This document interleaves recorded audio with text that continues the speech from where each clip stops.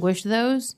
Right now, when we talk a little bit about what our existing ordinance does, it's limited to just one specific prohibition on amplified music, and I think that's a deficiency that we've identified in the ordinance that we would like to address through this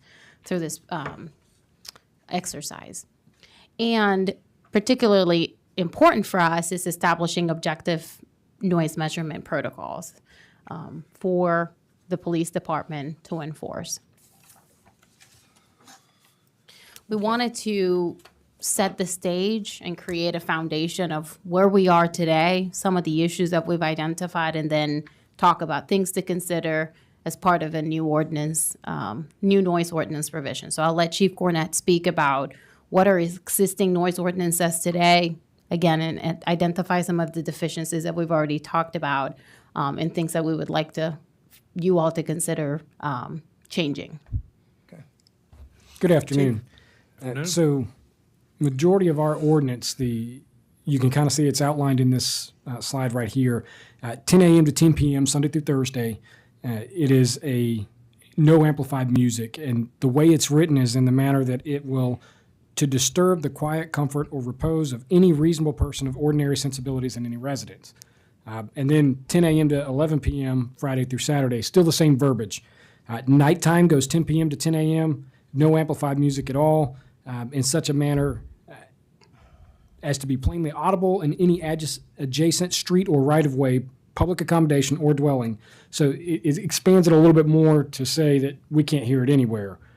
The first daytime is a little more open, nighttime is a little more restrictive, and those times kind of follow the same dates.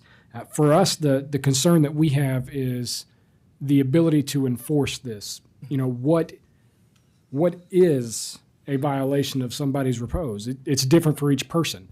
We've had calls for loud parties that were legitimately loud parties and clearly violations, and citations should be issued. We've had calls for things where it's nighttime and you've got an elderly individual who has a hearing aid who's standing outside on his pool deck smoking a cigar, and he's talking loudly because he's got a hearing disadvantage. That's loud noise to that individual that lives next door to him, but is that something we really want to be writing tickets for? You know, and it becomes difficult for an officer to go out and to enforce something fairly, and then in court to clearly identify that there was a violation of the law. You know, if we're talking speeding, then we say the speed limit is 30 miles an hour on Palm Boulevard. If you are going higher than that, then you have violated the law. When you come to a subjective ordinance like this, it's really open to whoever to see that however they want to, and that is difficult to enforce in a court. And even if you had a jury, to get a jury to agree whether that noise, where you don't have any measurement, clearly violated the ordinance or not. Mm-hmm. Okay. So that sort of sets the stage for us as to what some of the things that we want to address. The first thing, though, I'd like to talk about is the next slide is on noise measurements. And what we mean, I think there's a bunch of confusion out there about how noise is measured. And for those of you watching, just download a free app that's called a decibel meter, and you can see what levels you get in just your inside your house or walking around, what noise levels are. First of all, the scale that they're on is not linear, so that a decibel level of 60, which is what we consider normal conversation at, let's call that the norm. If you go 10 decibels higher at 70, it's 10 times higher. It's not just slightly higher. So that each decade of decibel levels that you increase, it's a significant increase in noise. So remember that when you're trying to figure out what all these numbers mean. For instance, a decibel level of 120 is ear-splitting. It's not just twice 60. It's way more than that. All right, so how do we use that to develop decibel measures for our community? There are things we need to to consider. What level is acceptable during the day when people are up and out? What levels are acceptable at night when it's quieter? It's a different level. What are those range of times that you want for daytime versus nighttime noise levels? What should it be in a residential area as opposed to a commercial area? If it's front beach and it's the windjammer, what should it be for that? If it's back of the island and purely residential, what should the decibel level be at that area, daytime and nighttime? And then the most difficult question we're going to face is what happens at the interface where you've got a residential area right next to the downtown area? How do you deal with that situation where on one side of the line you've got a decibel level that's acceptable that's much higher than the other side of the line? I don't know if we can come to a solution today, but we need to at least look at it and think about it. Amplified music restrictions are different, and Chief, I believe we have permits that we need for amplified music now. Is that right? Correct. The ordinance has a section that authorizes me to approve a permit for amplified event. But for that, it needs to be a public event, something that is of general interest to the public. So I would not, and we've had requests for weddings and things like that, but because everybody's not invited, I do not approve those for a permit. Okay. It's got to be of significant public interest. Okay. And so it has parameters set around it. Okay. And then specific prohibitions and exceptions. I think what we need to do at this point is start talking about some of these things in more specific terms. We can start by the daytime and nighttime hours. Madam Chair, can I ask a question or two, please? The deck that you're speaking to here, the 3 or 4 pages that you have up here, that's not part of our deck here. No. So I'm assuming that's something you put together here prior to the meeting. Can we make sure that all of the committee gets Sure. a distribution on this just as sort of thought starters and going forward? We won't make final decisions today. We know that. We'll have a lot of discussion. Sitting here and I've got my decibel meter on and we're averaging around 70 or so as we speak here, the way we're speaking. So I guess a question to ask right up front, Chief Cornett, how accurate are the apps that you would get on something like your personal device? So I actually, excuse me, I've had mine operating at the same time that I've seen both of you holding yours up. There is a difference. One thing that we were specific in looking for when we purchased ours was that it was certified through a specific company. And not all the apps will meet that standard. Ours will. I will say it's been a little off, but they've been pretty close. So there's a fair degree of accuracy here. Yes, sir. Not that we would ever use this to write a summons or a ticket citation or whatever. Correct. Yes, sir. But just for the public's benefit, I mean, they could be assured that if they uploaded an app like this, it would be reasonably accurate if they were getting ready to call in some sort of complaint or whatever. I think that's fair to say, yes, sir. Okay. And the other thing is I want to apologize. If I was the one talking loudly with a cigar on my deck with my hearing aids, sorry, I apologize for that. Okay. So let's start with the list of questions, if you can go back, things to consider. We have the parameters for the existing ordinance, which sound pretty reasonable to me, 10 a.m. to 10 p.m. On weekdays and 10 a.m. to 11 p.m. on the weekends are the daytime noise conditions. So our current ordinance establishes those as the hours where amplified music is prohibited as long as it's disturbing somebody in their home. But currently it only applies to amplified music. So we need to, first of all, determine whether that's the time period that we're going to use going forward. Could I ask a question? Chief, Yes, sir. the reason that we're here and the reason that you're here is more than anything else because of short-term rentals and concerns about that and commercial areas making too much noise. I would assume, and I'm asking you to correct me if I'm wrong, that when there is noise that's disturbing somebody, that they're going to call the police department. And assuming that that's accurate, the question then I would put to you is, what do you think about these time periods? And what do you think about how big a concern do we actually have beside commercial areas versus residential areas versus other areas? You're the guy out there on the beat. Yeah. I'm looking for you to tell us what you need to reduce your complaints and to keep peace on the island at the end of the day. Yes, sir. I actually think the times are fair.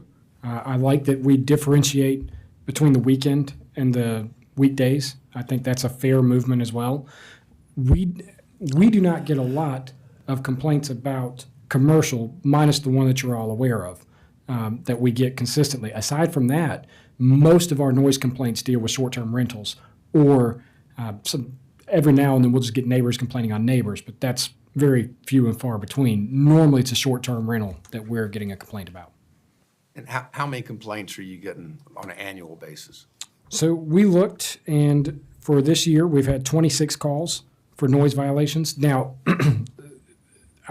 26 may not be accurate because this goes to dispatch, and it's really however they code it in. Based on the noise violation code, if they code it in as that, we've had 26. That is down from previous years. It ranges typically about high 50s to 60 calls for service for noise complaints. This year has been much lower. I will say, though, that one of the things that we've been learning, when we're having one-on-one conversations at these, listening sessions, and, when we speak with members of the public and we're talking about noise complaints, people are very quick to admit that they rarely call the police department on a noise complaint. That's always my first question. Have you been calling the police department? That is what's going to trigger sending an officer and being able to have compliance. And people admit that they don't feel comfortable. They don't want to call the police department. They're busy doing other stuff. They don't want to complain about noise. So that's, I guess, a challenge that we're trying to find a way to mitigate it, because we hear the scuttlebutt around the community about noise complaints and enforcement, lack of enforcement, but people admit that they rarely do call when they're having an issue. And we strongly encourage, and I know that the police department have been doing a public education campaign, see something, please, say something, call us, because that's really the only way that we're going to be able to have accurate data to go with. So the 26 might not reflect what maybe the community angst is or what the actual issue is. So I just want to make a comment and have that on the record that we do need the help from the community to make us aware of the problematic areas. We definitely need to update this ordinance just for the one reason, though, that if there is a call and if you are going to a site, that you will have information that is enforceable, which means measurements that you can make. We also have another commercial area that's represented here today as well, the resort. And there are complaints within Wild Dunes about noise in the resort area. So if we can write something that is better for all of us to understand exactly what the community's expectations are, I think that will help. If the hours, the daytime hours, I think we can stand a little bit louder noise because we're up and about, we're not trying to rest.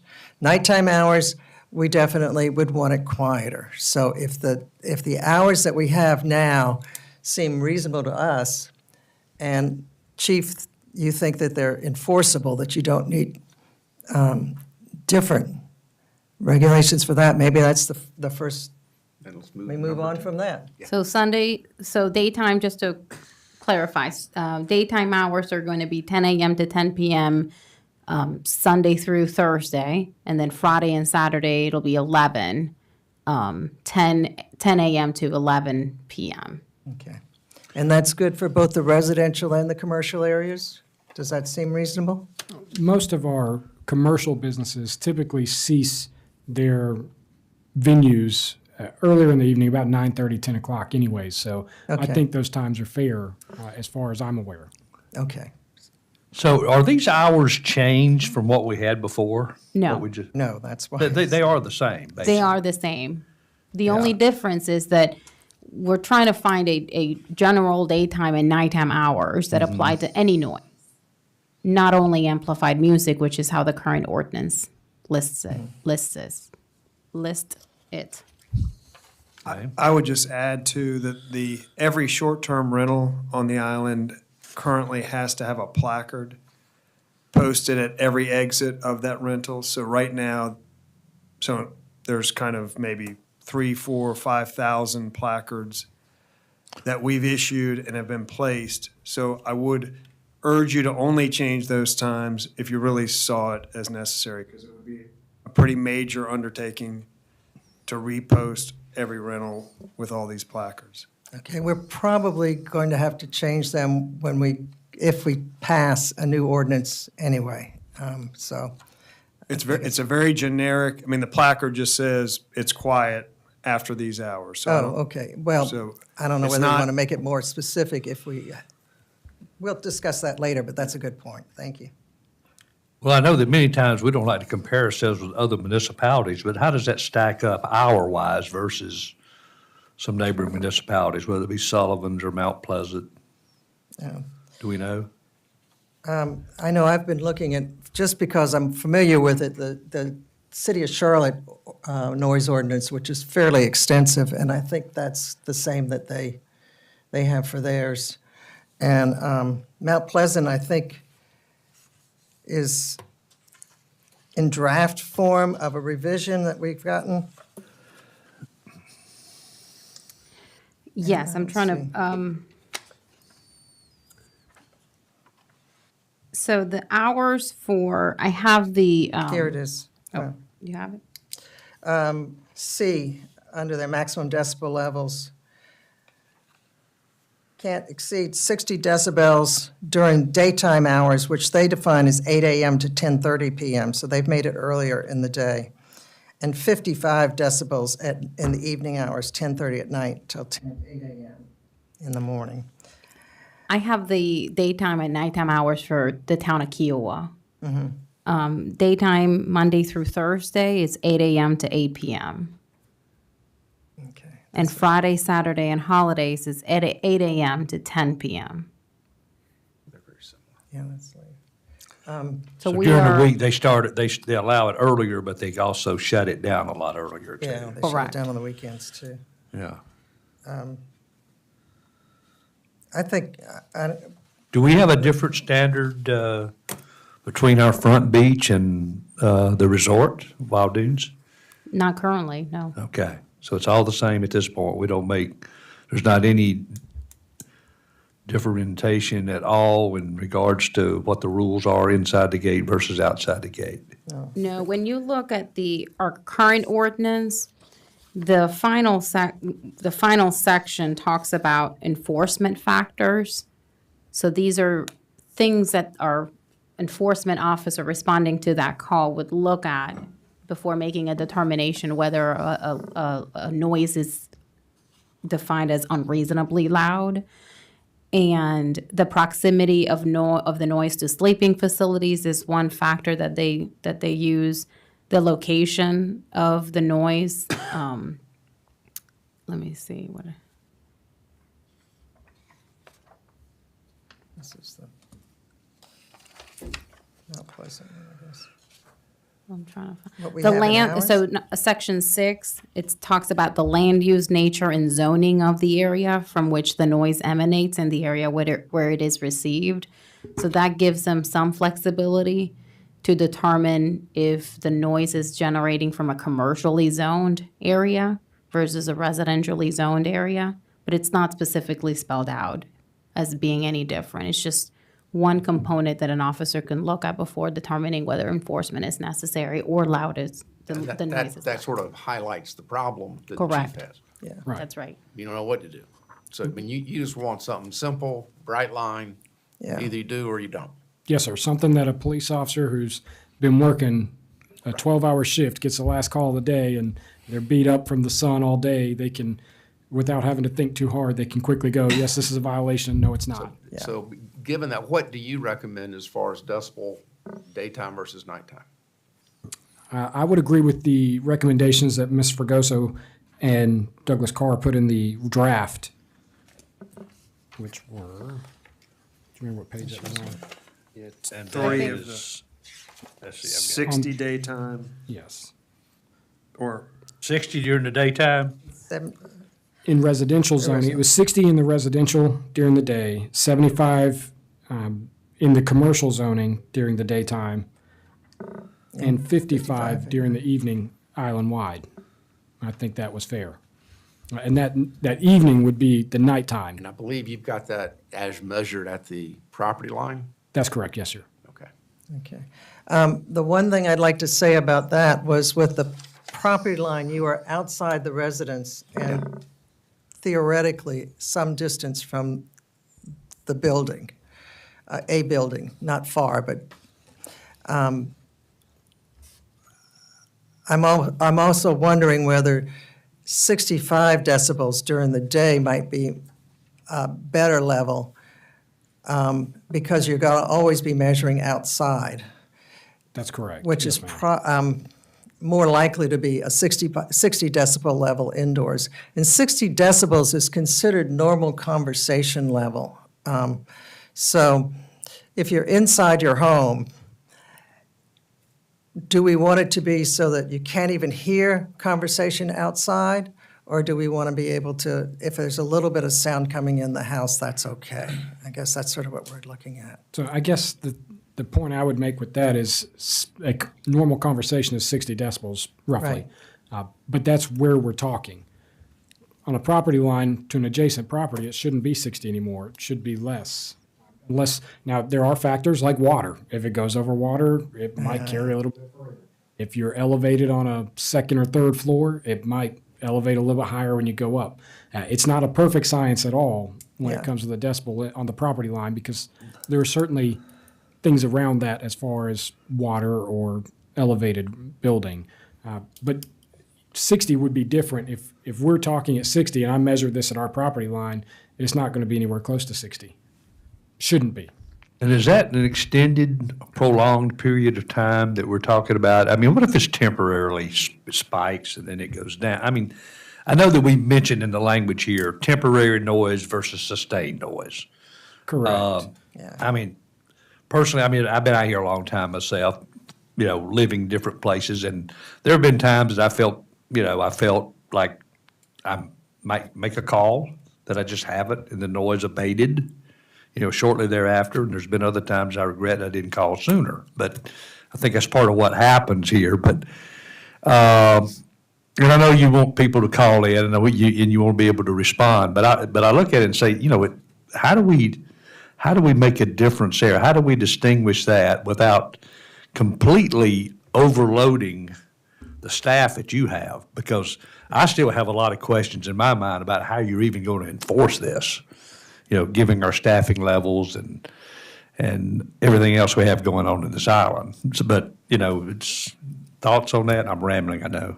So it would be a consistent. So if I'm holding this and it just goes over the decibel limit, like say it hits 65 once, but throughout the rest of the time it's staying in the 50s, I'm not going to qualify that as a violation. A bird might have flown by and chirped closer to my device and made it elevate. Yeah. We would look for a consistent pattern above that.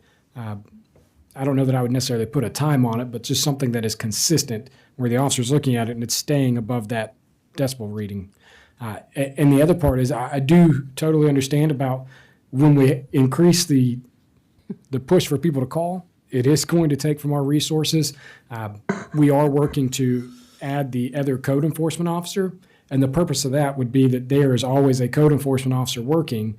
That way it's not pulling from our sworn police officers to address these complaints. It's using those non-sworn individuals that are going to address just those livability concerns or business license issues. But we would have the flexibility, and I would hope that you would have the expectation that if we didn't have a code enforcement officer close by, that a uniformed officer would make that call? Absolutely, just like we do with parking. If there's not enough people, I get out there and write tickets. That's Okay. And if I do it, I expect everybody else to do it as well. All right.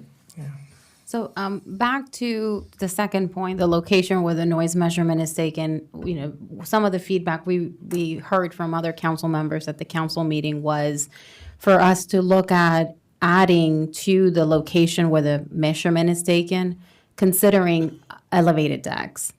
right now, under section B, noise measurement number 1, it talks about doing it from the property line. Yeah. So I think that I want to hear your thoughts about also allowing another option. So if a resident chooses to have the measurement taken from an elevated deck, that they would give permission to the code enforcement or the officer to go. And would that be an issue for the police department? I don't know. Kind of obviously want to hear Chief's thoughts on that. But concerns about noise traveling and Well- it being higher maybe at an elevated deck and having the ability to consider that as a measurement point. I guess the idea with having an outside measurement point in the beginning was that you wouldn't have to interfere with somebody's personal space. Correct, yes, ma'am. We try to limit having to go inside somebody's residence. But if they want us to come in, we'll certainly go in and we'll take the reading. But for the ordinance, it's going to be based on the property line. If I'm inside the house, there are other things that might be running. If your dishwasher's running, it elevates that noise a little. So we'd rather take it to the property line, but with the elevator, the only way we're going to be able to do that is if they invite us into that elevated porch so that we can then take that. And then we have to develop an understanding of what is that difference typically going to be, and should it be a different number for an elevated or should it be the same?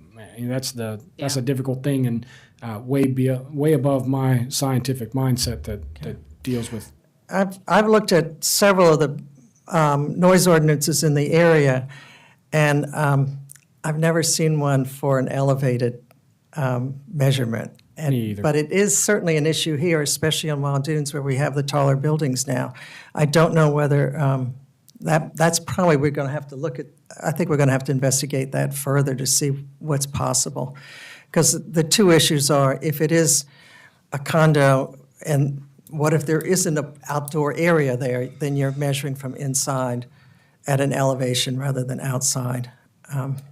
Let's just see if we can find any kind of examples for that. I haven't seen any. No, and I wasn't suggesting Yeah. taking the measurement inside the property. Only if there is an outdoor area, a porch or a deck within, that's elevated on a second or a third floor, where people are congregating and they're bothered by the adjacent noise. They may want the noise measurement taken from there. that- It's outdoor. That sounds reasonable to me, that if you're invited to the house, go do it. An example I keep coming back to is the Citadel Beach Club. They do bands on the ground. And those bands on the ground are going to be louder on the second and third floor of the adjoining houses than you are on the ground. So that's reasonable, if that's what they want you to do. As long as you're comfortable with that, I think we just leave that alone. Yes, sir. But to do that, we would need to make a modification. So we wouldn't leave it alone. We would add that it's That it would be an that option. it could be an option to be, right now, it would have to be taken. So theoretically, if he gets a reading on the ground that's under the threshold, but it's going over him, right now as it's written, it wouldn't be proper for him to go up and So, take yeah, a. so, yeah, let's make So that we some make adjustment. that There adjustment. are two locations, I guess, in the proposed ordinance. One is property line. The second one is the right-of-way if we can't identify the property line. The third one would be an outdoor space, an elevated outdoor space or something. I Those would ones. think that the spirit of the ordinance is if it's over that threshold anywhere on the complainant's property, I think it's written so that they know under normal circumstances you take it at the property line, but I would think that it could be expanded to say if anywhere on their property, if it's above that threshold and it's taken properly, so it's not picking up the washing machine, Right. that would be also a violation. But it's got to be outdoors. Outdoors. Yes. Yes. Okay. I think that's fair. I That's a would. good way to measure it. The way this is written, is our recommendation that if we investigate a noise complaint and it's in violation, that we write a ticket at that point? No, sir. I would never recommend taking away discretion.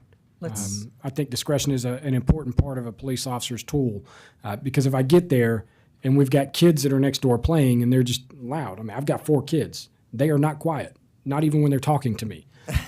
So it's easy to find a violation there, but just because it's a violation for that, maybe the best thing to do is go talk to mom and dad and say, hey, can you get them to youngins that. quiet? Let's wait for that discussion later on. Let's get the criteria first, and then we can talk about enforcement. I think is probably the best way to go with this. Could I go back to the elevated? Just because I get a little, not having done a lot of work with that elevated, I don't know what the difference is for the measurement. Would it be plausible, before we come back and do this, I'd like to experiment with that a little bit Okay. and see, because if it's always good, if it gets louder when it goes up, again, I don't know. But if it does, I want to make sure we're being fair to all parties, and that we give them the benefit of the doubt as well. And we might have to adjust Yeah. the noise ordinance for that, or the decibel reading for that. But I'd like to just go do some homework on that if y'all Come, get come play at my house if you want. Okay. All Because right. There's a good it's the example. Yeah. Third floor is much different than ground level, because I'm elevated floor. Right. And then I've got short-term rentals around me, and it depends if the guy's there with a cigar or not, on the porch. But sometimes you can hear everything he says. I would actually really love to On do the third that. floor, but on the ground, you couldn't hear him at all. Yeah. I think it probably, I know from my experience with noise and highways is that sound travels like, you could think of it like water. It can climb over structures, it can go down structures, it can go straight over, straight through.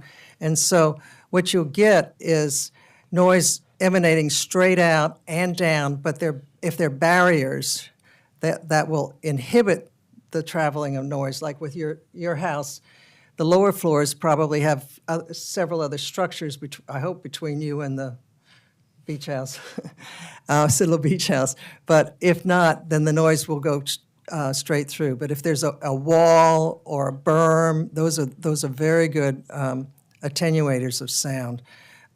Bushes are not. So it depends on what it is between you and the sound source, how loud it is when it gets to you, and whether there's a direct line. So I think that would be good for us to get a little bit of feedback anyway, to see how that works. And let's see how other municipalities have dealt with elevated noise. Okay. The difference between residential commercial areas. Are we good with 75 decibels in commercial areas? Does that sound reasonable? That's loud. That's not gonna be quiet. So it does give our commercial areas the ability to make more noise. I want to point out a couple of things on this particular piece. So right now, as Jan mentioned, daytime hours in residential zoning districts, the maximum decibel limit is 60, 75 for commercially zoned areas. But if you look at the draft ordinance in section G, exceptions, number 5,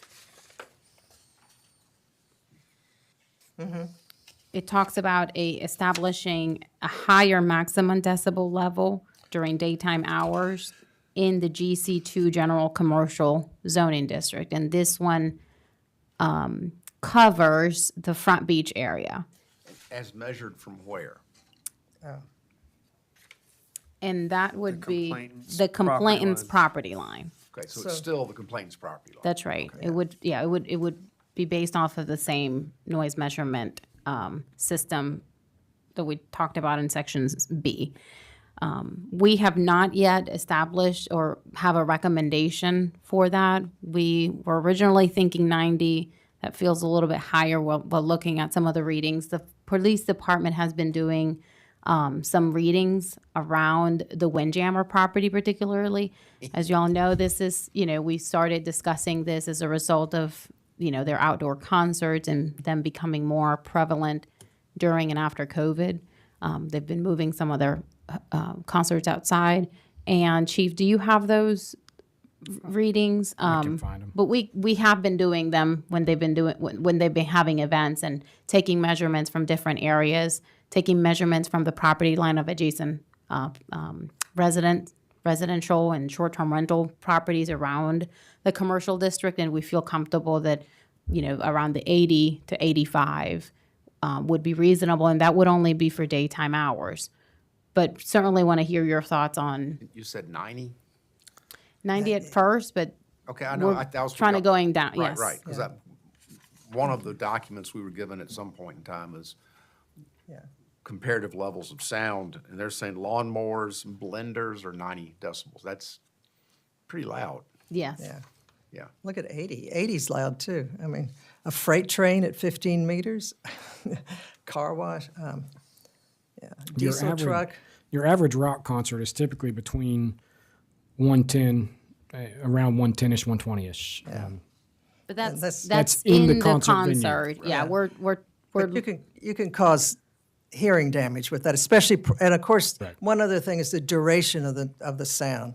You know, you could have a loud blast that's just short, and it won't damage your ear as much as going to a rock concert and sitting there for 3 hours listening to it. But we took measurements at one, and they were consistently. Oh, my phone's acting up. In the high 60s, between the high 60s and 85 was the highest it got, and that was the property right next to it on that property line. Okay. Right next to the windjammer? Correct. Yes, sir. And it got up to 85, and that was an outdoor concert. The lowest we had was between sets, I think, and that was somewhere around 67, somewhere around there. But on average, I think 85 was the highest we got. And I know recently the manager did his own measurements, and I think that was pretty consistent as well. yeah. Okay, here's my question about that is, would it be easier for us to set a general limit of 75 decibels seems pretty loud to me, in the ordinance, and then have other, these are usually amplified music or amplified sound, if they want to exceed that level, that they come and request a permit, and then the city maintains control over when and where those events happen. Would that be a good way of dealing with that, rather than trying to write a general law that covers all? I mean, I would think that you would have to, for example, the Windjammer, they would have to come and request approval for every outdoor concert that they want to Yes. have, and The same for That- Wheatgrass. Yeah. or the hotel. Yeah. That's, I don't know. To me, that just seems like more bureaucracy, red tape, and just makes it more difficult. If we have Okay. a different expectation of decibel levels, and having to get permission to go up 5 decibel levels. And I know that's a lot louder if you go up, 5 points on the decibel scale. But to me, we set a target and say, this is what we recommend, and we go with that. And there has to be any exception. I mean, I guess we could deal with it, but it'd just be on an exception basis only. And the draft contemplates that. It has an exemption for a city-sponsored event, I saw that Occasionally, part. there's been a major, Answering the Windjammer there. Right. that was, I think, Darius Rucker, I think that came through and got, an exemption as a city-sponsored event. And most So of that our has city happened. events do as well. I did find the measurements from the manager, and they were at the fence line. He was measuring 100 and 110. At the neighboring house, the yellow house is what he has listed, was 90 and 100. Now, this was a bigger act than the act that we measured, obviously. But when he got to the sidewalk, it was 90 to 100, and then 10th at Ocean was 70 and 80 decibels, just to give you an idea of what he measured with his device. How do these measurements at Front Beach square with what we've been hearing about at Wild Dunes as it relates to the Sweetgrass Inn and the music there? He has had the information that's been sent to us has been several different readings on the decibels. So it's kind of, I'd have to go through and look at all of his, but I think But that's from the complainant. from the complainant's house, correct. That's not our measurements. That's not our Correct. measurements. But I think I've seen some in there where he's made the 70s, 60s. I know 60s and 70s. Yeah. I think maybe once or twice it hit 82, 84-ish on his decibel reader. But I'm not positive, so please don't. Steve, you did take some there, didn't you? We did take some, yes. But we took them just during the day. I can give me a minute and I can pull those up as well. While you're looking at that, Wild Dunes, what do y'all think? Up to the, You need to go to the yeah, microphone. so, Thank you. so that the public can hear you too. Yes, thank you. I have been speaking to the person I believe that we're speaking about, and I'm anxious to help mitigate the noise that's coming from the hotel. And so I really want to assist him and the surrounding neighbors. I would ask if it's respectable to do so, that if you were going to have a decibel level for the commercial district Front Beach, can that apply to the commercial section of Wild Dunes as well? And is there a way to have it a little bit more balanced so that if Front Beach can have whatever decibel that you determine, perhaps that can lay over Wild Dunes and the Sweetgrass Inn?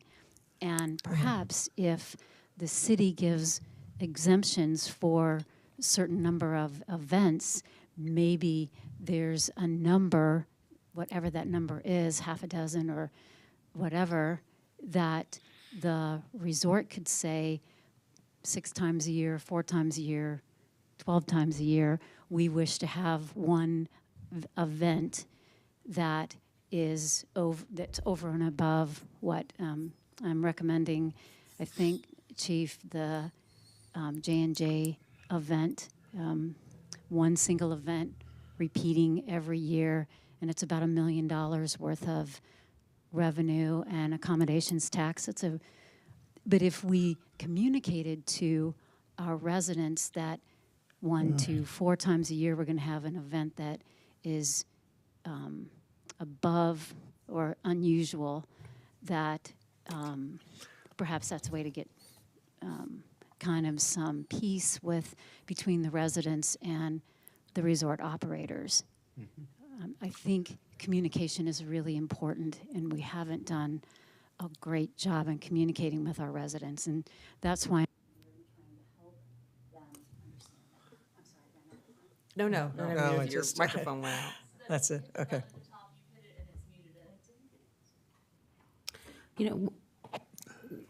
One thought too is, we have a higher decibel reading for commercially zoned districts.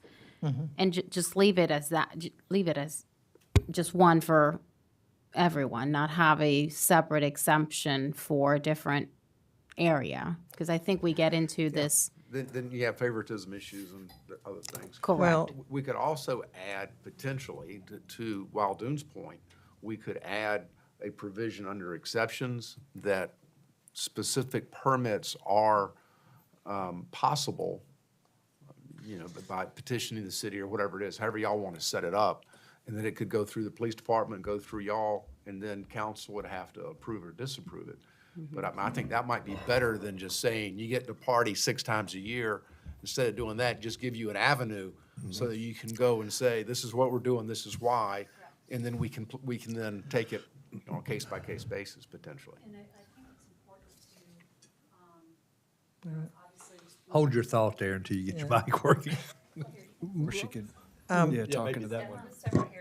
Yeah, I guess the complication in this is when you've got residences or even hotel rooms adjacent to party areas or, commercial areas, and there's always going to be conflict with that. yes, I think that we do a reasonable job, or the resort operators do a reasonable job in communicating with the hotel guest. There'll be a letter that says, we have a special event today. We're excited to host this group. What we haven't done is communicated to our residents, and that's really what I want to try to accomplish, and set some parameters for the resort operators that have some teeth, which we will do that as owners. But it would be helpful if this ordinance could help us do that as well. And so if we were deemed commercial and Front Beach commercial, perhaps that's a way, Chief, that would be much easier for you to have that. I hear that, but I'm trying. I hear that. an argument that we get, and this is just so that you can respond to it, is the Windjammer, for instance, has been there for 50 years. And there was nothing else there when the Windjammer was built, and so people came to the noise. Wild Dunes, we are, with the Sweetgrass Inn specifically, we get time and time again the opposite argument. We were there and had our house there, and y'all came to the quiet area. And so help us to deal with that. Yes, that's a great question and a dilemma. I have been beginning to speak with residents, and I'm understanding their pain points as it relates to the resort operation. That's always been a commercial spot. Even when I was here, it was the old, administration building, but it was still commercial. But it was basically offices and parking. True. Yeah. True. But I think that it was not, it's not a surprise that that was going to be either the second half of the village or a hotel. It was a surprise. Okay, I'm sorry, Jan. I've been away for a while, just getting caught back up. But we are serious about mitigating the noise. We've already done several things. We've removed the 360 speakers. We've done some things like that. When I met with one resident, he indicated something that I was not aware of, and we're taking care of that right now. And so I'm not saying that I'm going to solve it all, but there are some things outside of this ordinance that we need to do to help council address those items. And I can certainly give you a list of all of those things that we are doing as owners to mitigate. I think that would help. Okay, I'm happy to do that. It would, I don't think that we're going to, the ordinance, though, is not going to address specifically what you need to do, because that is up to, I think, the owner of the property to make those kind of Yes, ma'am. amends. Yes, and I think We can't legislate you to tell you to tear down your hotel or something like that. That's We have good. to live with you. Thank you for Yeah, that. and there are ways, I think, that you can mitigate noise Yes, that are more than we could legislate, that's for sure. yes, and I am making a recommendation to both ownerships of some of the things that are one hard dollar CapEx that we need to do, and See those? some other things that we're doing just to kind of speak to the Hyatt operations and what we expect as owners and how they need to manage that property. Yeah. So- There are definitely things that, I'd like to, for one, would like to just see a list of things that you think will mitigate the noise. I understand that you were going to hire a noise specialist to come and review your Yes, site? earlier today, I had the DART owners and Low owners and myself had a meeting this morning, and we talked about a sound engineer that would come and look at all of sound from the ground, from above, all over the area. We have not put pencil to paper. We have not issued a contract. We just made that decision this morning. So, but yes. I'm we are- sure the community will be very interested in what recommendations are made. There are definitely things you can do. It's not like it's a There's no insurmountable question. problem. There's no question. I think, though, that we have a pool recreation area right next to a residential area. And so we have to figure out how we can, commingle these two things. But I think communication will help a lot. And Ed came with me today, as he will be our director of security. And so we want him to hear the conversation, to be a part of understanding how we have to behave as a resort in this residential community. So we're serious about it. Okay, well, we'll be looking forward to your list. Yes. Let's get on to, I think, some other things, though, that we need to look at is, first of all, the decibel levels. I think we've come to it sounds like a general agreement that 60 decibels is good for the daytime For residential for residential areas, and 75. 75 for commercial areas. Does And that then just seem? have those two, no further exceptions for any other location. It'd be Okay. And that the one issue that still is remaining, I'm going to let you talk in a minute, is the interface between the residential and commercial and how we deal with that. Okay. Now, Chief, did you have something to add? The only concern I've got is the 75 decibels. I think any venue that's going to have an outdoor concert is going to violate that almost every time. And that would be my concern. And that is, I go directly to thinking of, because I know the Windjammer has brought concerts in starting on Wednesday night, sometimes and running through Saturday night. If we only give 5 options, they're going to run out of that outdoor concert. And they have become, because of COVID, they became a notorious place for people to want to come do concerts.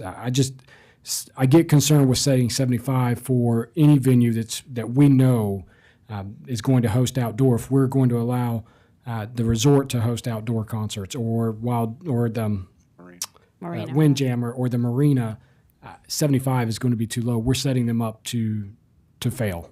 That would be my concern. Well, I mean, in most areas, outdoor concerts are held in arenas that are not in the middle of town and not near residential areas. So the question really is one where, is that the kind of activities we want out of doors here?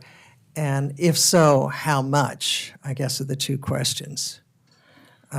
Do we want them all the Wednesday through Saturday for 10 weeks of the summer, or less than that? Or do we want, I would like something that at least at this point that we could have something where it would be with some sort of permitted function attached to it. So if it got to be too much for the community, we still had control. It isn't automatic. I guess we could always change the ordinance back if we needed to, but that's sort of where I'm coming from. What about you, Blair? What level do you recommend, Chief? Yeah. For that? Not real sure. That's the hard one. I do know that almost every one of those measurements we took at the outdoor, 75. Yeah, it's too low. Wait, It's too low. Is it 85? 85, I think, would be fair. 85, I know we originally mentioned 90. 90 is loud when you're right next door to it. But I will say majority of the people that are right next door to most of these venues, when the concerts are coming, the big concerts. That's why they're there. At Windjammer, yes. Like I will tell you, the hotel on Front Beach next to Windjammer fills up, and the balconies are lined of people that are staying there getting a free concert. Same thing with the condos next to it. They're lined up on their balconies. Not everybody's happy, but that was just kind of my concern. Maybe 85 at the lowest, I think. Well, and I think that there's a difference, right? The condos that are next to the Windjammer, based on what the chief just explained, I don't think that the same sentiment is with the homes that are next to the new resort. Right. So I think that having one measurement or one threshold apply to both, I don't think it's going to work, because I think that the community that's around these properties are just different, and I think that they have different expectations. And GC2, general commercial, that's just Front Beach? Correct. Correct. All right. And the marina's a different Correct. different That's zoning, GC1. and then obviously Wild Dunes is different. Plus, they have their own noise agreement for the marina, correct? Correct. Correct. So, Sorta, kinda. Well, have we taken any measurements at the marina? Do we know what noise levels they have when they have live band? We've only had one complaint with the current tenants, and with that one, we went over and told them to shut it down, and they shut it down. We didn't take any measurements at that time, but that was the only issue I'm aware of a loud noise at that venue. And those are the terms of that noise control agreement. Once they are notified by the city that the noise is too loud, that they have 30 minutes to Right. lower it or shut it down.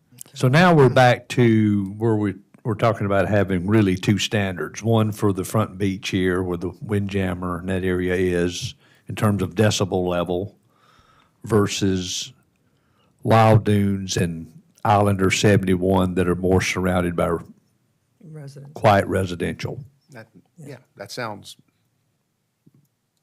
fair, for lack of a better word. I would agree. Yeah. I think so. I mean, I think you made a good point earlier, Councilmember Hahn, about when the Windjammer was there standalone, people that came there to live, they came for the noise, I think. They came to be a part of the party, versus there's a little different dynamic going on, down at the marina and also inside the gate. Well, for now, then, why don't we, under section 5 of G, we'll put in 85 for now, and then add that paragraph that we talked about, that anybody can come and petition the city for an exception for a single event. And let's see what that looks like anyway. Okay, so 85 would just be for the GC2, General Commercial District. Right, and that would include Front the beach. Teeter, I assume, and the beach company, no? Yes. Teeter's. It would? No, GC2. not the 85. So we would have 75 So in. Teeter's not GC two? No. No. Okay, all right. It's well, just that's- Ocean Boulevard. Okay, Okay, so that's good, perfect. yeah, that takes care Okay. of. But the other commercially used districts would be at 75, and that would include the areas that you mentioned, Right. and the resort. Okay. Yeah, For now, right now, I mean, Sure. we're chipping away at That's right. the block of ice a little at Right. a time. That's right. just, And, I'm sorry. just for clarification, Douglas, the resort, even though it's a PDD, would be covered by this other commercial zone that we're talking about? I would suggest that we change the term commercially zoned district to commercially used property. And then carve out the GC2 in section 5, because the Okay. zoning on that property is planned development. It is not truly a commercial zoning. It's a planned Is that development. G5 we're looking at, Douglas? Yeah. Okay. Yes, so G5 would be GC2, which is not a problem, which is the Okay. front beach of Ocean Boulevard of that commercial district. And then change C2 to be commercially used properties. That would cover the rest of GC1 and anywhere in the PDD that is commercially used. My problem with that is, how do you define commercially used? So you've got somebody that's not in a commercial district, and can they expand, and, well, I'm commercially using it this weekend. No, so our ordinance does define a commercial use, and a good example of this is somebody who comes to the Board of Zoning Appeals and gets permission to operate as a real estate agent from their home.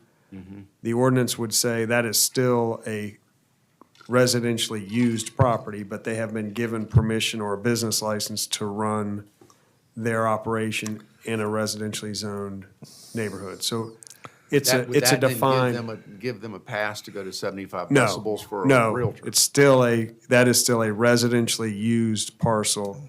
It's just they have permission to have an agency license there. Same is true for a short-term rental. That's what I was They gonna are residentially used properties, but they have a rental license that entitles them to make money, but it's not a commercial use. It's a residential Okay, use. That's a gray area. But you're talking about, on number 2, doing the reverse of that. Correct. So. I don't understand how you do that, that's all. So another good example of this is the office building that I call the Hotel Marion, right at 10th and Palm.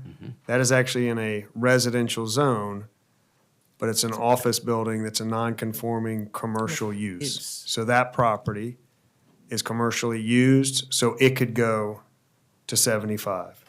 Okay. It's how I would suggest you do it. Mainly to deal with the plan development, not being truly a commercial zoning district. I would suggest that you talk with the chief, and y'all Well, we get can, that language the way y'all want it, so that he can enforce it and you can explain it. and we'll get the city attorney to opine on Sure. whether that's the correct. Yeah. I feel comfortable with it, but I think he would want to Okay. review that and be sure we're on solid ground. All right, here's the issue.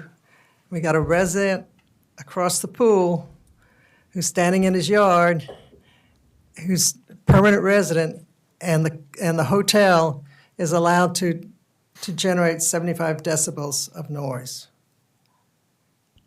how do we measure that? Would it be measured by the residential requirement of 60 decibels or the 75 decibel one? Could, That's where it Could you gets repeat- complicated, is could you this repeat I interface. see what she's saying. So she's asking if you have a business that is commercial zoned, abutting to a residential property, the complaint is coming from the residential property. Yeah, Which decibel reading are we Level to using? The use. 60 Or the Or 75? the 75. And I think to be fair, if we're measuring from the residential where the complaint is, you've That got to would be meet that 60. standard. yeah. And I think that would be the fair way to address our residents, because it is a quality of life for them, Okay. and that's where this is all but originating. see, that's a whole can of worms, because then we get back to the GC2 area with 85 decibels, and that resident right next door could come in and complain, and you've got a 60 decibel measurement that you're using for that one. I would have answered that question differently. I would think that if you are measuring the sound emanating from a commercial use, they're allowed to go to 75, would be my, To the edge of their property line. But that's You step Dan's point. Then you go across the fence, and where do you measure from? 60. Yeah, that's the Yeah. problem.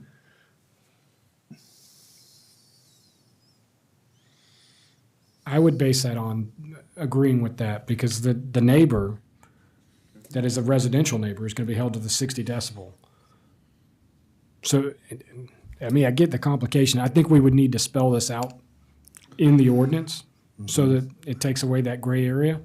Because I can tell you, somebody's going to come up and say, I'm a business, I'm a commercial, I get 70, and I'm Okay. at 69. Like the yellow house near, Correct. near the Windjammer. Perfect sir. example. Yeah. Here's the way that the City of Charlotte took care of that, where there's an abutment, and I'm not sure we want to do it completely this way, but they said the noise measurement within a certain distance of the residential boundary still held for the residential number. So they use 300 feet, which would mean the windjammer would always be a nonconformance kind of thing. But that may be something we want to use for something outside of the GC2 area. Maybe we use the GC2 as an exception, where they automatically get the 85 decibel level, because we've always identified that as a high noise commercial area. But any other commercial use area would be bound by the noise level for whatever distance we think is reasonable, whether it's 100 feet or 300 feet or whatever we think is reasonable for the measurement. So that if it's 75, let's say for the Sweetgrass Inn, 75 decibels, and we've got a resident complaining, then it's 60 at his property line, and if we don't have a problem there, then fine, but you could go 100 feet over to check again to see if it's still, it would still have to be 60 decibels, which is going to get into the back of the property. Yeah, I think that gets complicated. The exception part, we already have listed where GC2 would be an exception to the ordinance. So I think we've already covered that one in the draft, but Yeah. I get the 100 yards, but I don't know what the distance should be. Right, or 100 but feet. I don't think I it's don't know. 300 feet. 300 feet is like you're pretty much a lot. negating one or two properties, when this is for a large metropolitan area that they were using that, so. almost seems like it should work in the inverse. If your ordinance is acknowledging that you can have 75 decibels at your inn's property line, that there's going to be, maybe it would be 300 feet that's going to spill in. So it almost seems like it should work, because otherwise, I don't think anybody reading a noise ordinance thinks of one commercial, I guess I always thought of it as being taken at, these numbers being taken at the residential property. I don't think a commercial operator is ever calling on another commercial operator. I think always seems to be the problem is in the residential Right, district. and That's I- where you're taking it. So that was my lens that I was seeing these numbers through. But I think, well, the residential property is always the strictest limit on noise. And I always read a noise ordinance as being basically preserving the quality of life in residential areas. That's where you get your conflict. Occasionally, you'll have you know, an industrial site or something that's a loud noise, making a lot of noise that a neighbor would complain about, but that's unusual. Douglas And has it's a good, never our problem. excuse me, Douglas has a good point, though, that it certainly makes it simpler. That if the noise is emanating from GC2, they get 75 decibels, 85, whatever the number is. And that's what they get at the complainant's property line, whatever that may be. That's the way I That's always just- that's just assumed what- it that's would- what you get. we were talking about, yeah. Yeah. And same would apply to commercially used properties, if we have a different threshold for that. Well, yeah, that might be a different threshold, but the same thing. At the Correct. complainant's, whether the complainant is next door or a mile away, that's the decibel that the officer pulls up because it's emanating from a commercial area. That makes sense. I can get behind that for sure. Yeah.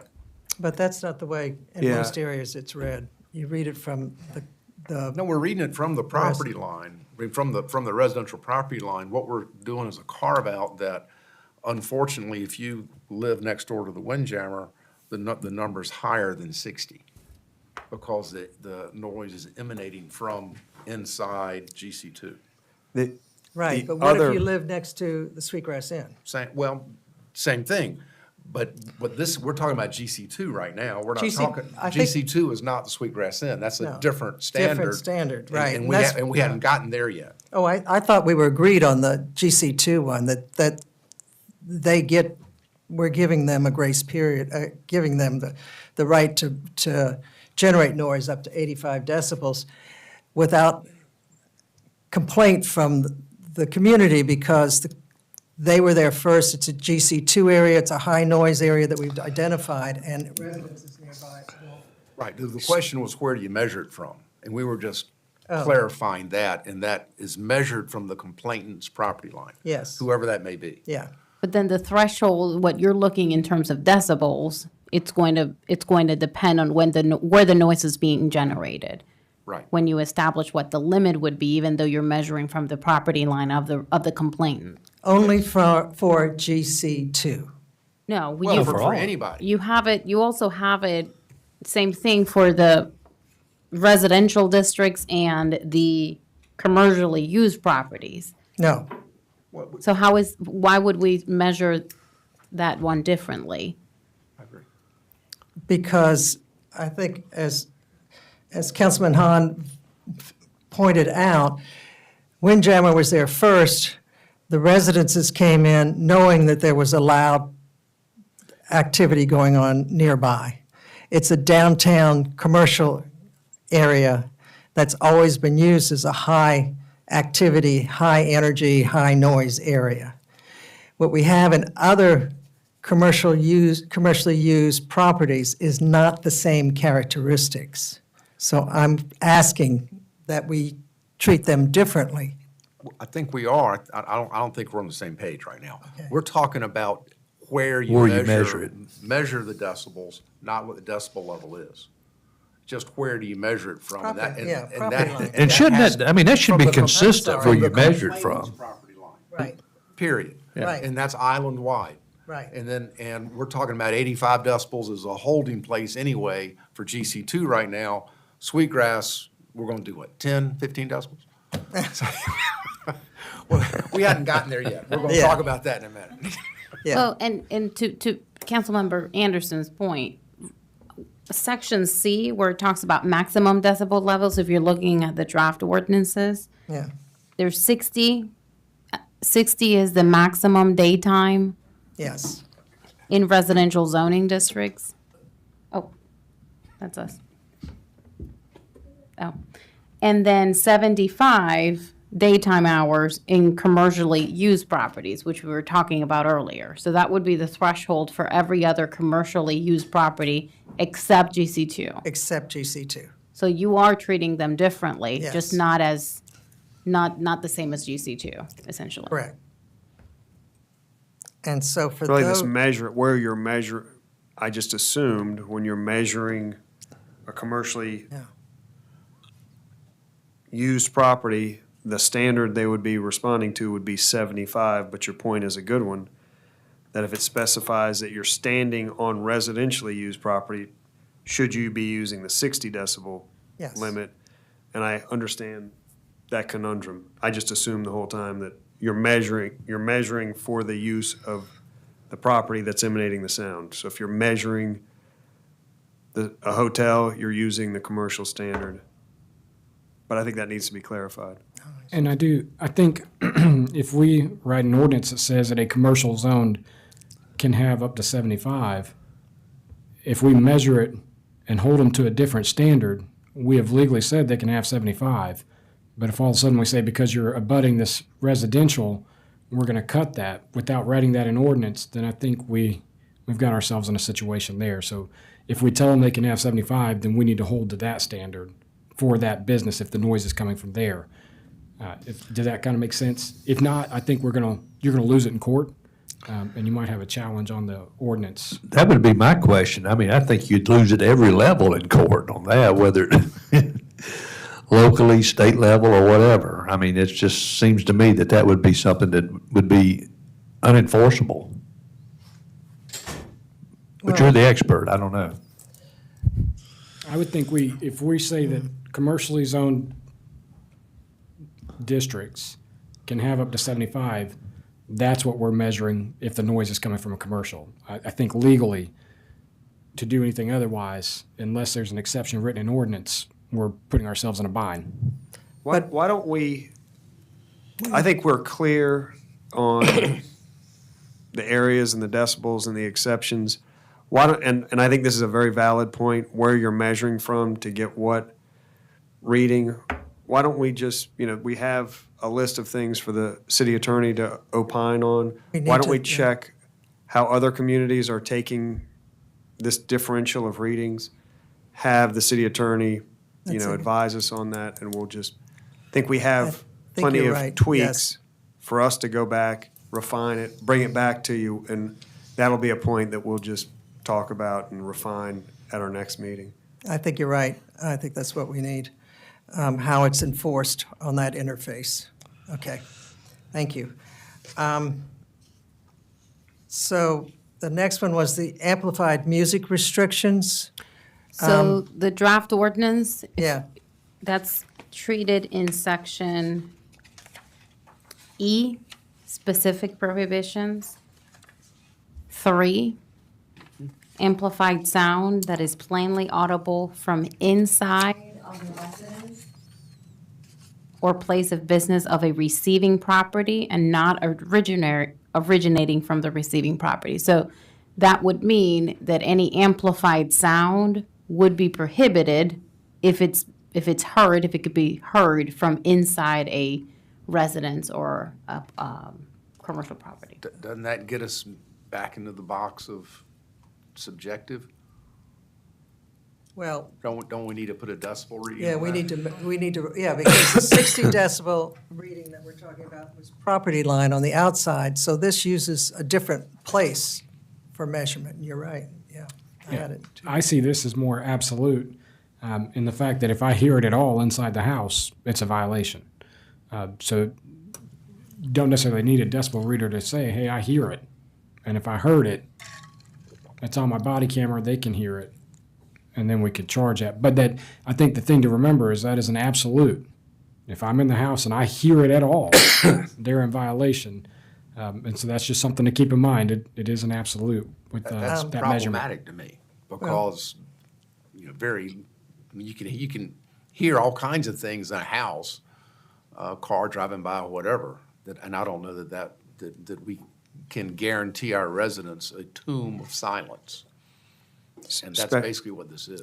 So mean, it when also you look doesn't- at the definition of amplified sound that's on the first section of the draft ordinance, Yep. it defines amplified sound as sound augmented by any electronic means, which increases the sound level of volume. So I think it'd be specific to, Sure, the speakers, outside speakers or Speakers, whatever, correct. but at the same time, I got a that gives me heartburn, because that's such a low standard. If you can hear it at all, that's just a terribly low standard.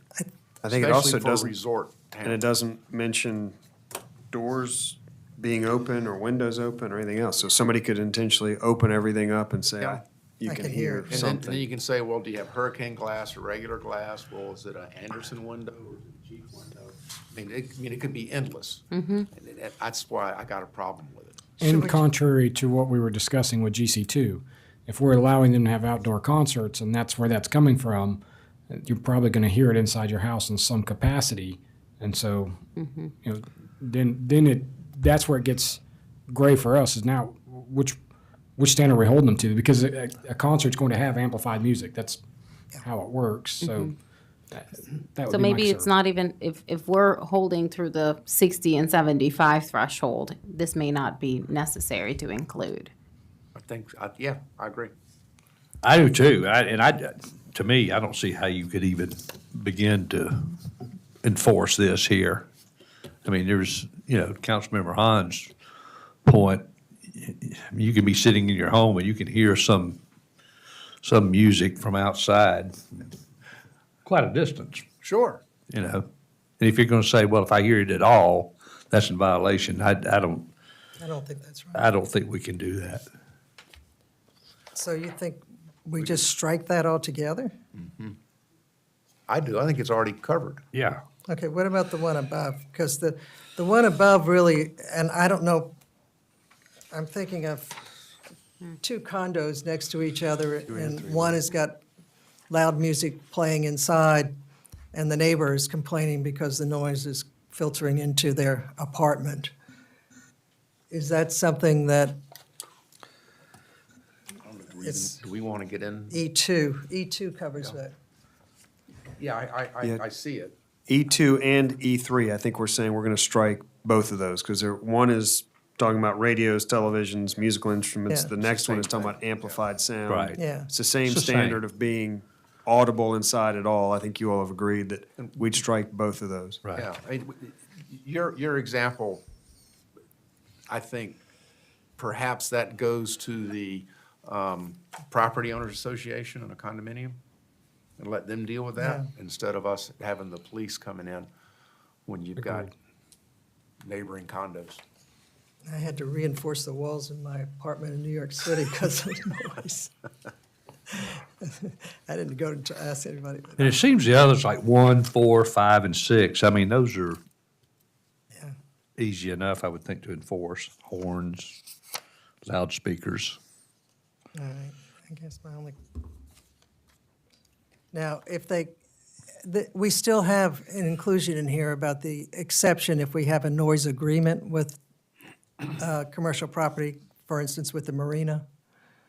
With the restaurant at the marina, there is a noise agreement.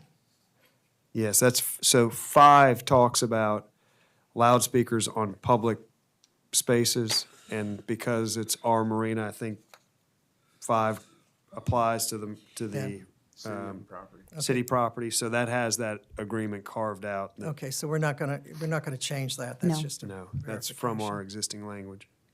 And it's kept in the draft. Okay. And the city-hosted and sponsored events all are permitted? They're included in the exceptions on G1, Yeah. G section 1. They're typically either a permit that I approve or a resolution that council approves. Typically for the big city events like Lavello, I'm not going to take that on myself, and I'm going to let y'all do a resolution for those. Okay. 1, 2, 3, not it. Okay. The other thing is too, what about amplified sound on the resort property? Or do we govern that through ours, through what we have here? So we just struck that on 3, but we would revert back to the prior section that allowed up to 75 decibels.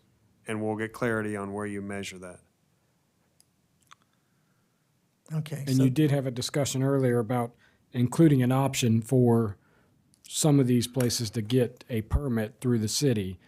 So if they know they've got something big coming up, like the one that Terry Hackett talked about earlier, the Yeah. Johnson & Johnson, that would be something that would come through the city up through council based on what we talked about earlier. And I think that's fair. I like that.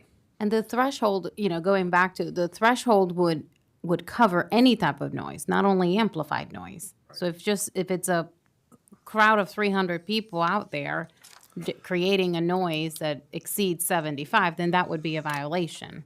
When you look at just amplified, it's just specific to amplified music or amplified. But there's some common areas among the residences on Wild Dunes that have been used for outdoor events. So I think we're back to the 60 decibel threshold. Kind of those greenways between, is that what you're talking about? I think in- they're in- bowling lawns or croquet lawns or something.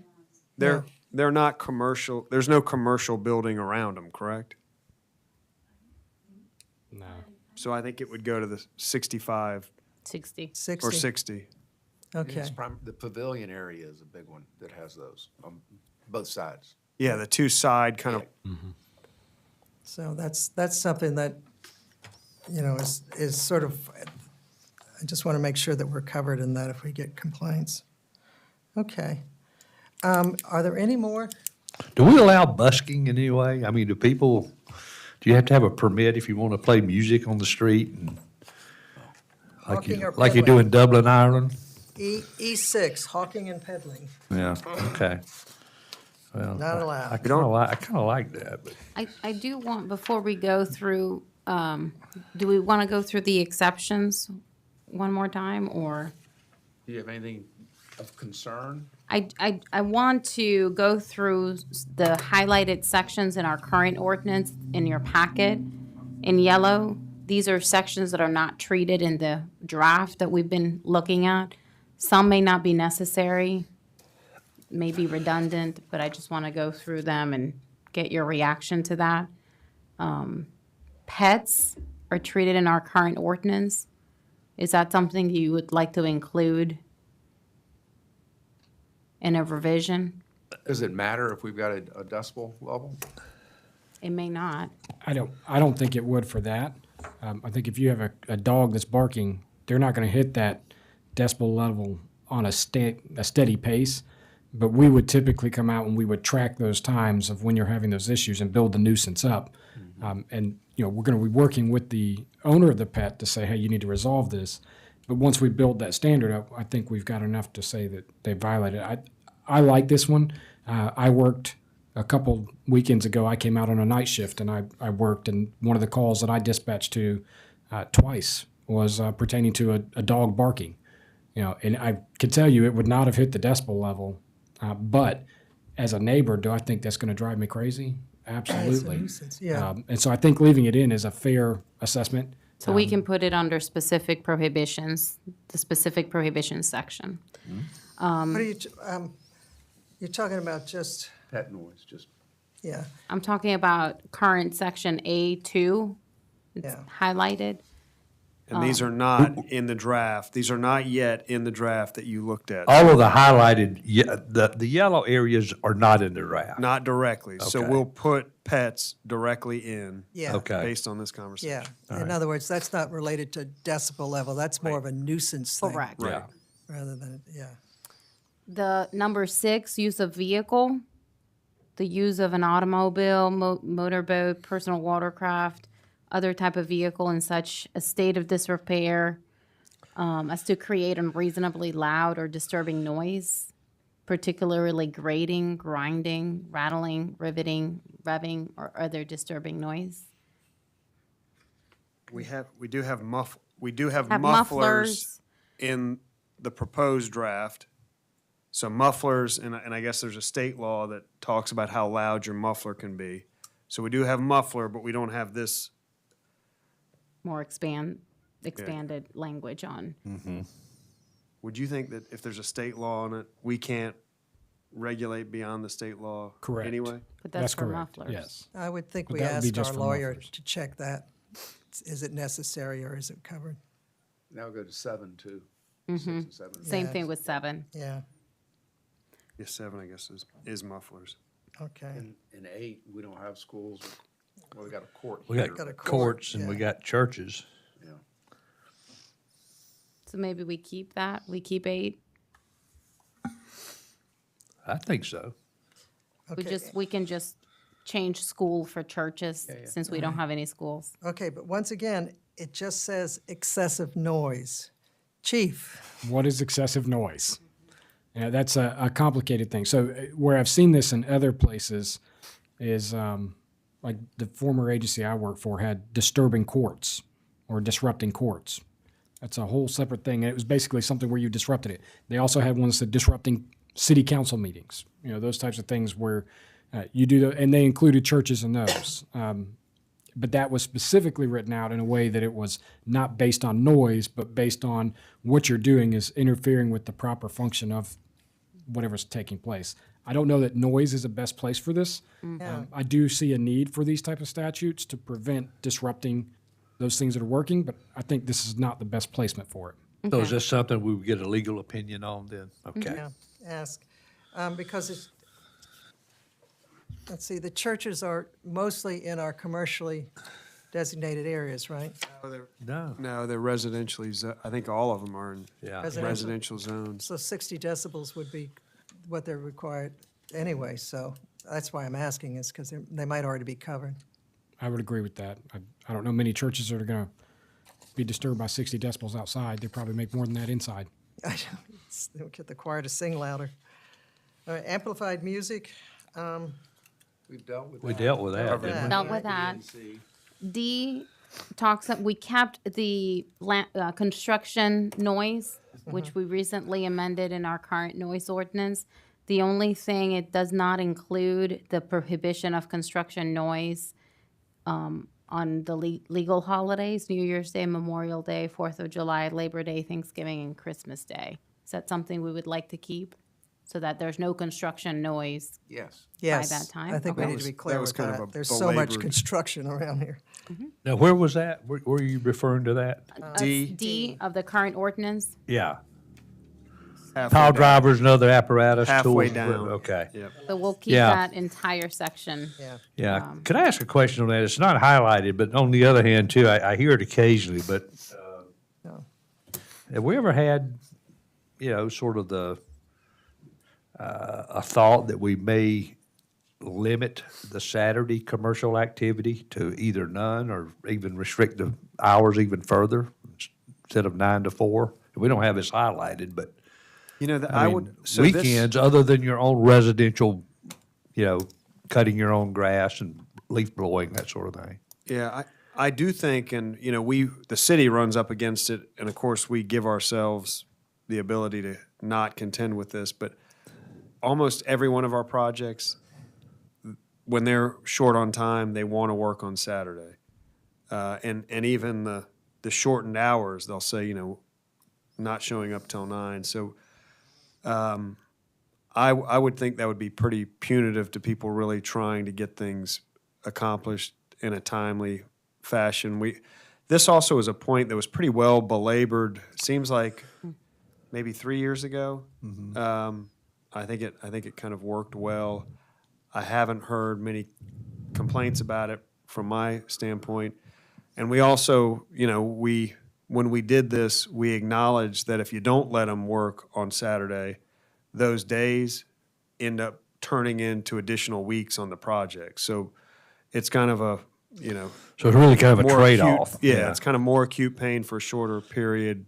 Get through it and, get them out as quickly as possible. And 9 to 4 it's pretty restrictive already. I mean, I think that construction folks would say that not being able to work on Sundays and 9 to 4 on Saturdays is pretty restrictive. Yeah, our feedback is generally, well, of course, I'm interfacing with the contractors, but it's constantly, can we please expand that to give us more workable hours because we're trying to meet a deadline and get out. But we're not getting many resident complaints about this. I don't know that I would get Well- them. I guess you would be the one getting them. I think we've only had, I could think of one off the top of my head that we've had. I mean, for weekends? And that Yeah, one was for a within the Saturday. policy, so. Yeah. I mean, And you're talking about just the city's construction? no, I'm All talking construction about. is we- allowed on Yeah, Saturday. we allow contractors to work from 9 to 4 on Saturday. I'm just Yeah. wondering if we have many complaints, if any, from residents about construction activity, that sort of noise being on a Saturday. I didn't gather those stats, but I know of one off the top of my head. It's not something I hear about very frequently. Not to say those calls don't come in occasionally, and it might be more than one, but it's not a very common complaint. I do know that. Okay. All right. Public interest events. I guess this is what we talked about, being able to have the ability to issue a special permit, which we'll draft differently and include for you all to review at a later time. Yeah. And what kind of lead time do you require for approvals, Chief? I mean, is there anything that we would write in there in terms of you've got 48 hours before or anything like that that we need to consider? We have a policy for film and video permits, and that requires those requests to come to us 14 days before the day of the event.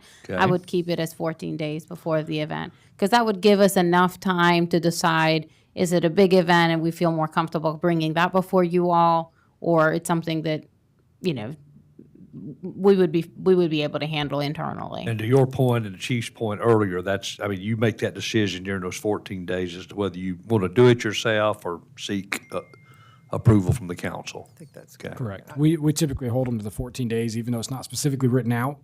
Our practice is to give it to us enough time that we can mitigate any issues that there might be. Well, let's Okay. let's add it to the ordinance. I think it's more important to have it. We also might want to, instead of saying just public interest events, just make it a little bit broader, special events. Yeah. So we're not weighing public interest, whatever that is. Yes. Yeah. Okay. All right. We haven't talked about enforcement. Going back, I mean, did we talk about the holidays? Is there a major change on that? The legal holidays that would be permitted? No, I think we would add the same provision. Add to those, the- okay. And under F1, any city vehicle engaged in city business would, I think this was related to the specific prohibitions on the use of a vehicle. I don't think we need that. Is that trash trucks? Is that what we're Yeah, talking garbage about? trucks, Yeah. Pickups on. okay. So we'll just mark these off. And then I think we want to talk about nuisance specifically, and when we talk about violations and enforcement, so we can address this now if you want, Jan. Okay, so we're going to skip to violations and enforcement? Well, I think we're there now. Yeah. Okay. In your agenda. Okay. So, Chief, this is you. How do we enforce these? Where are our holes that we need to write a better ordinance for? Because I think even the draft that we got is pretty weak in defining violations and enforcing. Actually, I think this is a pretty strong ordinance. It's the strongest noise ordinance I've worked with in my law enforcement career. The draft would be, it is enforceable. It's something that is easy to take to court. It's easy to testify to. It's easy to defend in a court setting. Where I think we talk about, how we do it. I know that I don't know that it necessarily needs to be an ordinance, but our practice in other places that I've worked has been first offense. When we write a ticket, we might write it for the minimum, and then prolonged events, we will increase that fine amount until we get to the maximum. And we just kind of had an internal policy on that's how it worked. Another thing would be we track, I've asked our code enforcement livability to track all noise complaints, not just short-term rentals, not just businesses, but all of them, because if I have a repeat offender that's a house that just has a party every weekend, but it's not a rental, then obviously the warnings are done, after we've done this and we've told you you're going to start getting tickets. And so we kind of have those built into how we do that. But I think when you look at nuisance business in here or nuisances, I like an idea of having a tool where you have somebody who consistently violates it as a business. Obviously, you can't do this with residential, but businesses to where they're just not responding. I see abate in here, and I'm not sure how you abate a noise violation. But I think one thing with a business would be your business license could be in jeopardy, which just like we're doing with short-term rentals, after so many strikes or so many founded complaints, your business license is in jeopardy. It might be something that we look at on a bigger area to cover all businesses, that if we have violations coming from businesses, then we can do that. It's not going to help with residential. Again, I can't kick you out of your own house because you make a lot of noise. We just write you tickets. I think what we do with residential area, it has to be fines, where the fines just get to be exorbitant in a residence. Like you said, we can't kick people out of the residential area, but in the commercial and the short-term rentals, we do have the threat of pulling their license on those. And we need to define better, I think, in the violations section. What I'd like to see is first the residential one, the violations. The first visit is a warning or a cite, whatever you call it. The second visit of a valid complaint would be a fine of, maybe it starts at $100 or $50, whatever number we want, and increases up to the maximum, I guess you said, is $500 by the state law. I would have concern with being very, very prescriptive in the ordinance as to the different degrees that the violation or the fine could go to. That is where the discretion of the officer comes in, because if they do respond to a residence and the issue is egregious, it may be the first time that they respond to a complaint there, and the officer believes that the maximum fine amount it's appropriate rather than a warning. I think that's more of a Slam the door in your face.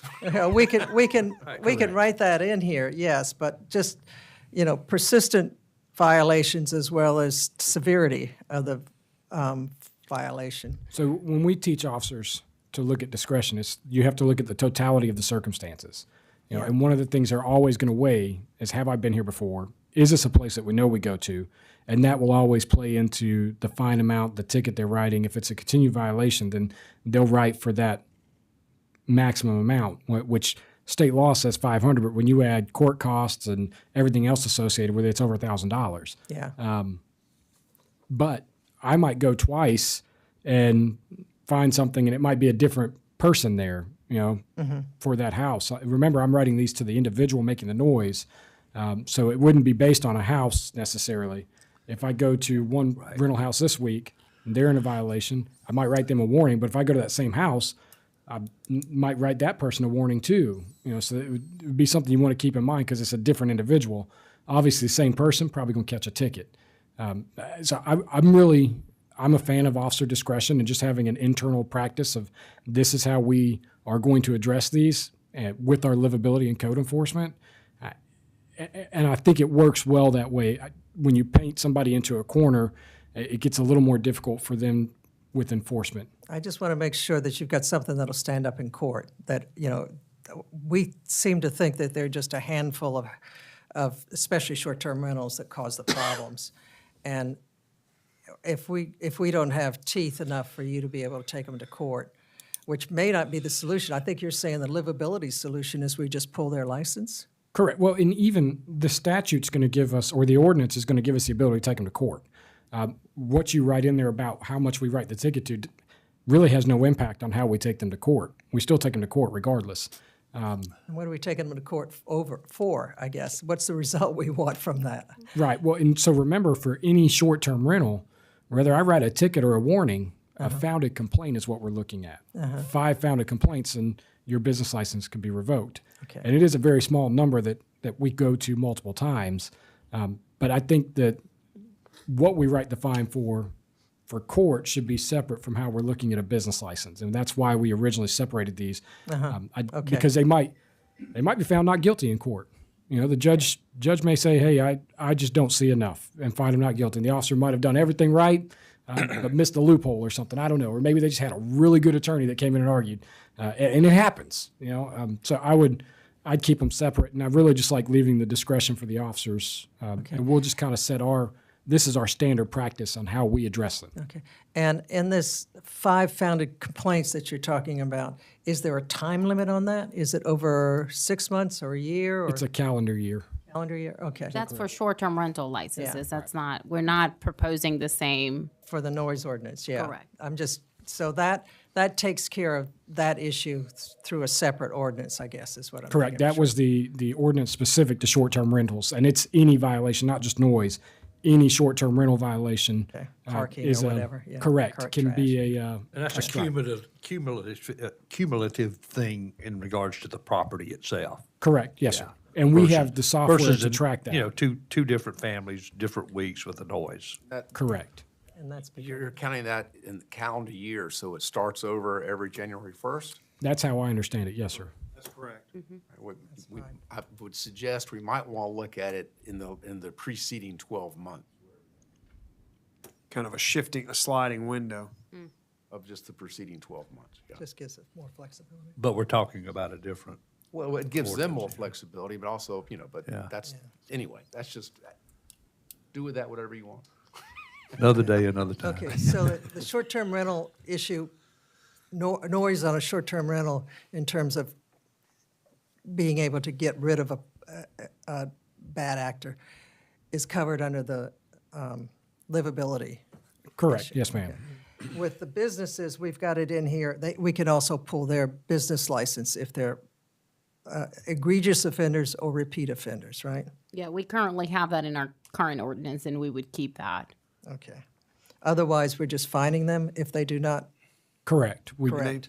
You're fining them, but if you've issued 5 tickets and the officer determines that they are a repeated violations, then the city would have the ability to revoke Okay, the business license. good, There's, excellent. there's also a provision in that minimum standard that could have 30 days in jail. Correct, because I it's mean, a so misdemeanor. all of our fines are a max of $500, but the big hammer at the end of it is or jail. I mean, if money is no issue and you just keep paying and paying, could ultimately go to jail. If you Okay, never would I expect that to happen, but it's in the code that it could if a judge ordered it. all right. What else we got? Good. Yep, I think that's it with the slides. I don't know, certainly you all can, if there's anything I've that got we one haven't issue, covered. That I just wanted to throw out there and see what police thought about it and what administration thought about it. I was contacted by a professional property manager out here on the island, and there is a company called noiseaware.com. And for $15 a month or $180 a year, they install speakers on rental property and set it at whatever decibel reading they want to, and they can indoor or outdoor. And then they notify the property manager if there's a violation, and they notify the property owner. And they say that 90% of noise complaints go away in a community when noise aware is being mandated. So it might be something, it's not expensive, I don't think, for a rental property on the island. Maybe we look at the possibility of mandating, if you have a short-term rental license, you have to have a noise-aware unit tied into your manager. That also would help the police, because then you could access that and see how many times it's triggered. And that would get away from the issue of neighbors not wanting to call in a complaint necessarily. Yeah. I got that info also. I think that's interesting. So it's almost like a Ring doorbell, except it's for noise. Yeah, but that's, I would just like for y'all to look at that and see if that's something, since we're dealing with short-term rentals, if that's something that we want to bake into either this ordinance or a STR ordinance. But clearly, something that it's going to incentivize property managers to, if a business license is on the line, I think whatever we can do to incentivize themselves, self-policing, if you will, before it gets to the police department, I think that's an interesting concept. So we'll look into The that. technology exists now, so anyway. That's all I got. Anything else, Rusty? No, Madam Chair. Okay. I move that we adjourn. Second. All in favor? Aye. So next, Oh, quickly, next steps, we'll draft a revised ordinance based on the feedback and share that with you all. And we want to set up another meeting maybe in January. Yeah, that To sounds good. review these revisions before you all make a recommendation to council. Is that the expectation? It's mine. yes. Yes. Okay, Yes. And then I think it's also our expectation that y'all engage with Wild Dunes and just to understand their position and whatever we're doing, how it affects them so that we And we, can just so you all know, react to it. we have been doing that. They've been very open and agreeable. We've met on site Several several times. times. and Yeah. So they've been very good to work with. Also, I think at our next meeting, I think we've got a pretty good draft, first revision of the draft in order. Can we have legal counsel at the next meeting? Sure, we Okay. can request that. Yeah. All right. USA won. That's that handball game, right? All right, now we're off Should it record at just- 4:51. 1-0. Okay. 1-0. Doesn't work, does it? I guess that's probably fair. Their book they put out every Oh, year. yeah. Okay, so she sent it to me. If she sent it to me before now, I So I wonder who won it.